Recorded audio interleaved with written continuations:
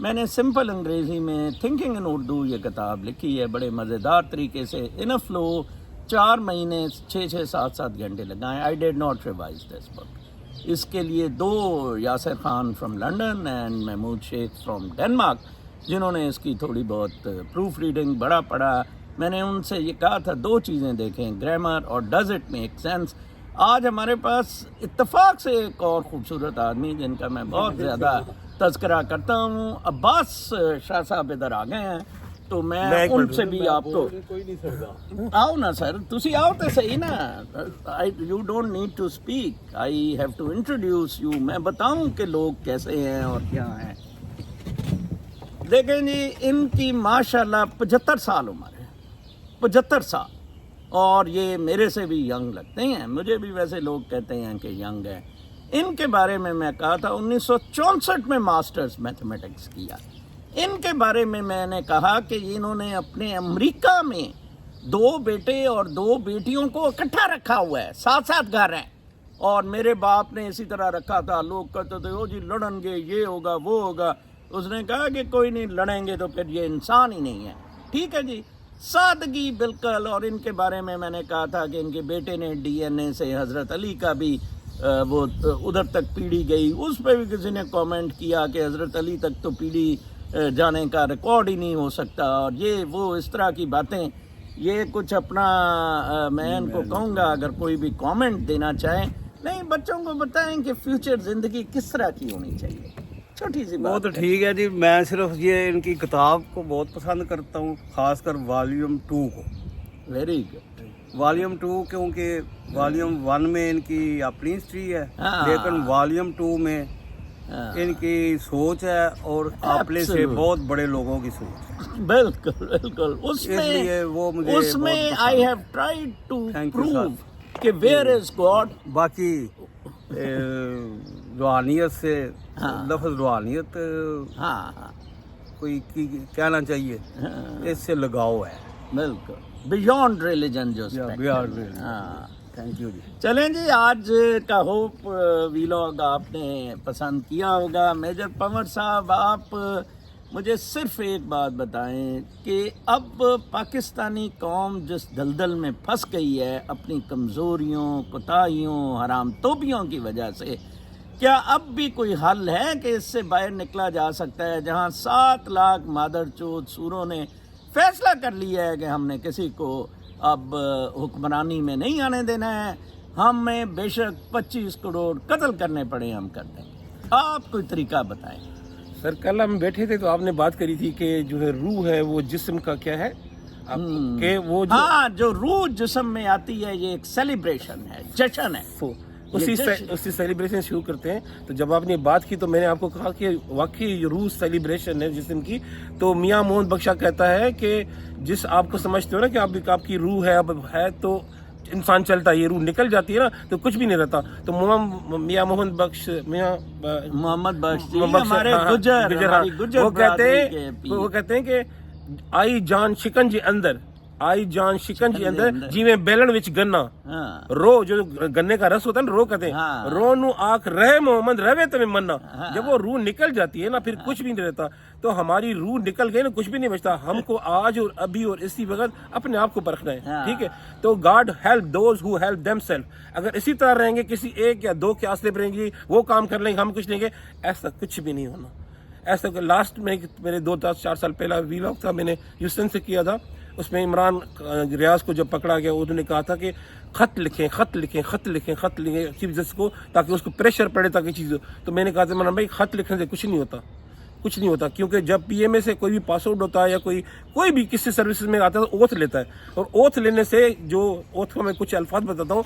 تو اوتھ ہم جو لیتے ہیں ایز اے کیڈٹ اور ایز اے آرمی آفیسر, وہ اوتھ ہے قرآن پاک کیا ہوتی ہے, and make ready your strength to the utmost of your power, including sinews of war, to strike terror into the hearts of enemy Allah and your enemy, and beside them whom you know not, but Allah does know. And whatsoever you spend the cause of Allah shall be treated justice to you, and you should not be treated unjustly. So اس آیت کے حساب سے ہم لوگوں کو جو تیار کرنے چاہیے. لیکن اب جو ہوتا ہے کہ دشمن کون سے دشمن ہے, ایک تو دشمن نظر آتا ہے, دوسرے کون سے دشمن ہے جن کو جو اللہ کو نظر آتے ہیں ہمیں نظر نہیں آتے. تو ٹرائی ٹو فائنڈ دوز, اپنے آپ کی اصلاح کریں.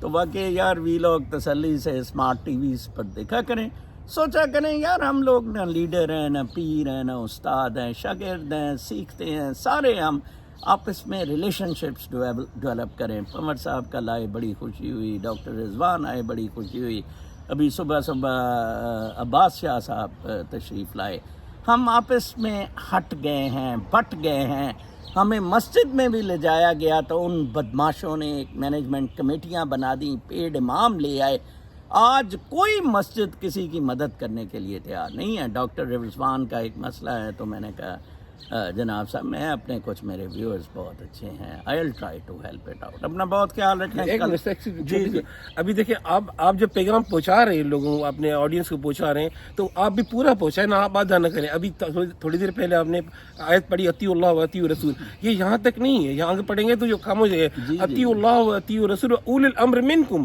لفظ اولي الامر منکم تو اسے نہیں سمجھانا پھر کچھ بھی نہیں سمجھا.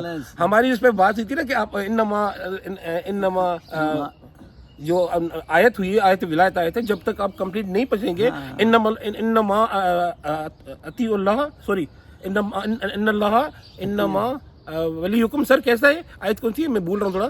اللہ ولی ہے اور رسول ولی ہے اور وہ لوگ ولی ہیں آپ کے، وہ لوگ آپ کے مان جو نماز میں یا رکوع کی حالت میں زکوٰۃ دیتے ہیں. تو کمپلیٹ جب آپ میسج ٹرانسفر کرتے ہیں نا تو آپ کو ان کا پتہ چل جاتا ہے مطلب. تو اطیعوا اللہ و اطیعوا الرسول اولی الامر منکم، اولی الامر منکم کو پہچانیں اور ان کو فالو کریں، وہی صحیح بات ہے.